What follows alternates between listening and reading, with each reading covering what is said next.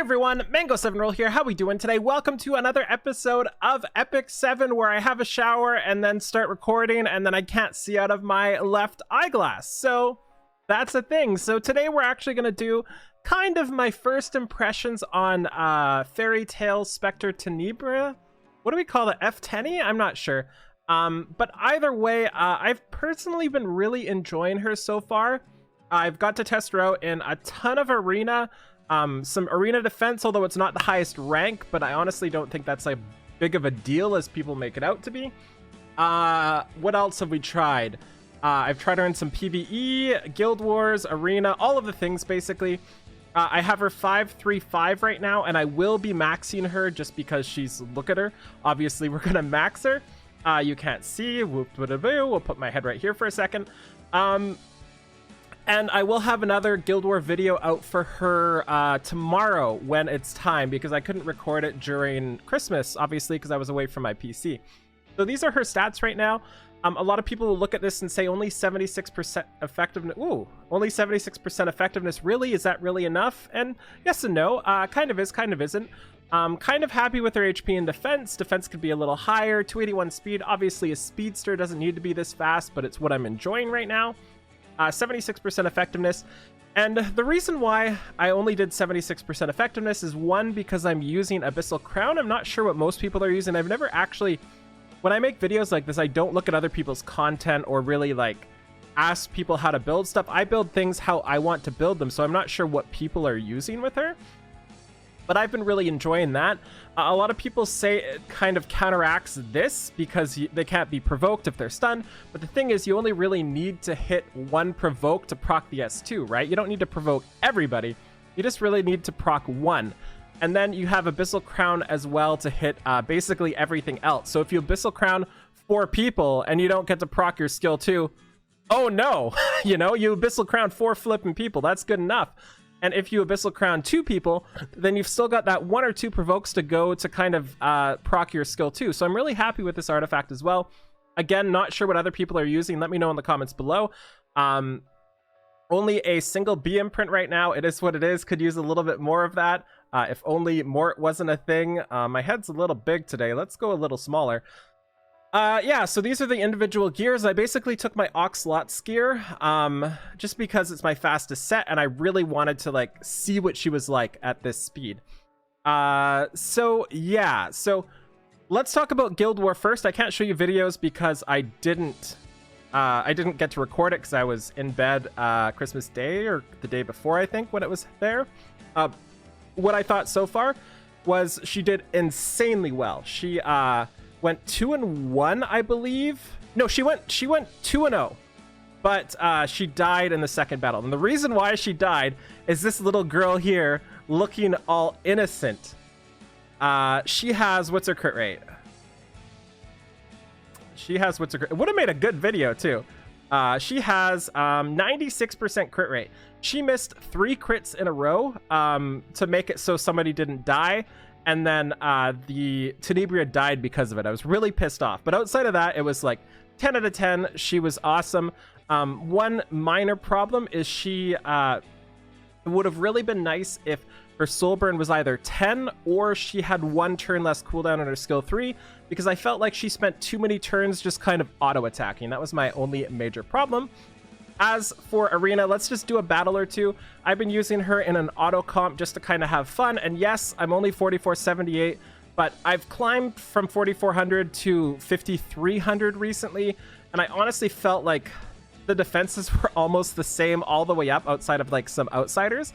Specifically the speed. I noticed everybody's speed was kind of as high as it was all the way around. So I don't think it's a big of a deal as people make it out, but that's up to you for you to decide.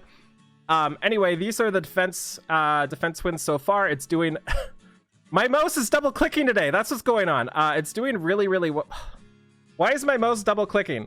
It's doing really well, so I'm pretty happy with that. This is the defense team we're going by right now. Just kind of wanted to lock them down completely and kind of bait them into thinking they were safe, which is cool. So we went with the Arbiter Village, we went with the Tenebria, Luluka, and FCC. Arby is obviously on the counter set I've been using, and FCC is on the whatever it's called, the Bastion or Pelucia to keep him safe round 1. So Tenebria kind of messes with things, and then they just take over, right? And this is the offense I've been using. Not sure how good it is, but I've just been super enjoying it. Scream for me. And I've just been hitting auto. My emulator is not having the best of days today, which is a little bit unfortunate. So I've just been autoing everything here. She does have a problem against other Bazaars. Even if she does happen to outspeed him, you then have to hit the 50% to land on the Bazaar. So a little bit unfortunate there. And this team is also very heavy ice. This isn't optimal by any stretch of the imagination. I just kind of want to show you how I've been using her. And then we'll do like a better kind of look into it after Guild Wars tomorrow. So Kayron went through MLDB. Doesn't matter. We also have a really fast Crow. He's like 250 or something like that.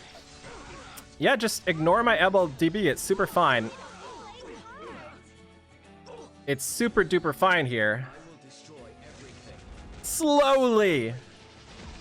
Allegra. One of the names of a very awesome VA. So, yeah, this is what I've been doing. It wins a lot. About 90% of the time it's been winning, I think. And it's been really fun. It just is very, very, very, very slow. And it does things and is super safe. I'm sure I'm going to lose this time. Specifically if my Arby just doesn't like to do Arby things.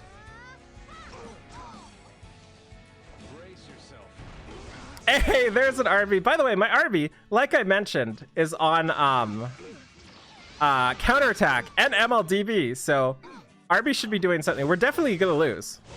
We're 100% losing this battle, which is hilarious.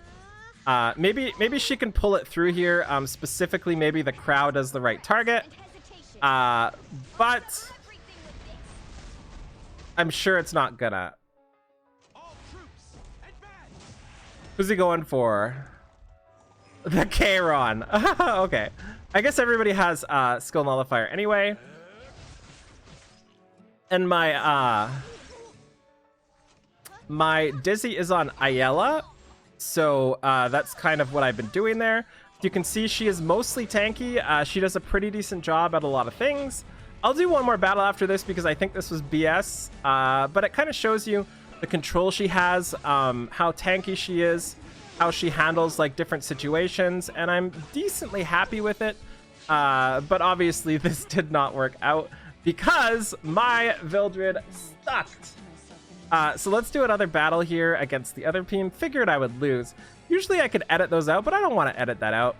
Let's try against this team here, which has Ruel, Arby, T-Surin, and ML Haste. T-Surin should theoretically be a problem, but also have to remember, I will have the Provoke up turn 1 against the T-Surin unless she MLDBs, because I'm not going to do enough damage to break through it, right?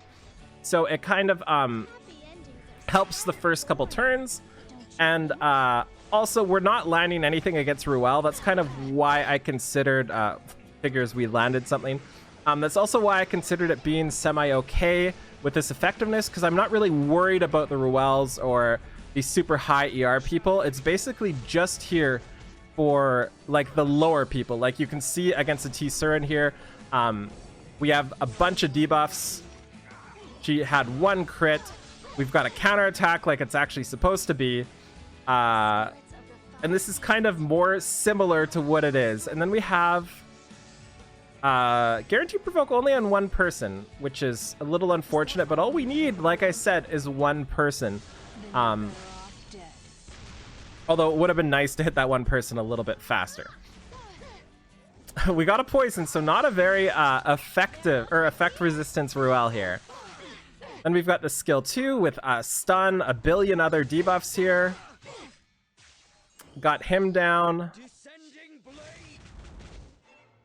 I also tried G Purgus instead of the Crow, but I've been enjoying the Crow because I made him really fast just to get a skill 3 in, even though he is stupid silenced. Wow, not a very effective or ER'd Ruel. And when I was talking earlier about people being fast pretty much the whole way through, that is definitely a thing. But I do notice people don't have as much ER outside of those stats. So the higher you get the really fast people with the tons of HP and the ER and the effectiveness.